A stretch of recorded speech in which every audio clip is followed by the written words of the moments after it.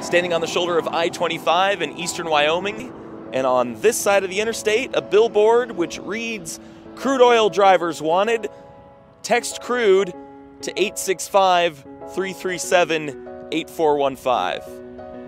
This is happening in oil fields from North Dakota down to Texas. You'll see close to 200 frac crew jobs listed for North Dakota. North Dakota Mineral Resources Director Lynn Helms at a press conference last month. The rigs are outrunning the frac crews. Companies rushing to get the oil out of the ground faster than they can fill the jobs.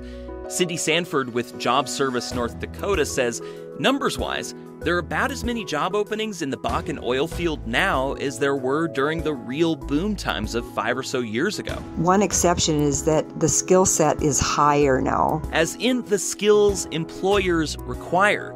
Technology has improved on the rigs. And Sanford says, whereas a few years ago companies were in the drilling phase on many wells and needed more unskilled labor, now these wells are in the more technical stages of production, the actual fracking, using water and sand to crack underground rock formations to get the oil flowing. Well, the frac crews, those positions, a lot of them require a CDL. CDL, a commercial driver's license to drive semi-trucks. Jason Crowell is a recruiter for Brady Trucking, a company operating primarily in oil fields. He says there are worker shortages across his industry. The workforce is graying. Retirements were up 33% last year. And millennials don't seem as interested. Regular middle-class Americans not encouraging our children to go into the trade. This is important because a lot of these oil field jobs, they're more than just trucking stuff around. Crowell says they're going all out to bring in new blood, setting up at job fairs, touting the company's emphasis on wellness and quality of life. Still, that's planning for the future.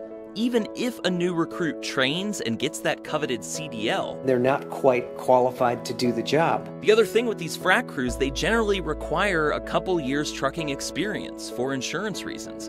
So Crowell's company will send the newbies to other companies to do more traditional, simpler, and lower paying trucking work until they get that experience.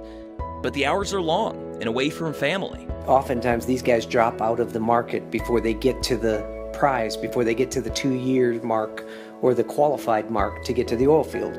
If the new guys keep at it long enough to be eligible for these positions, it's not a bad payday. Crowell says average salary for his company's 40 or so open oil field jobs all over the West, about $80,000 a year.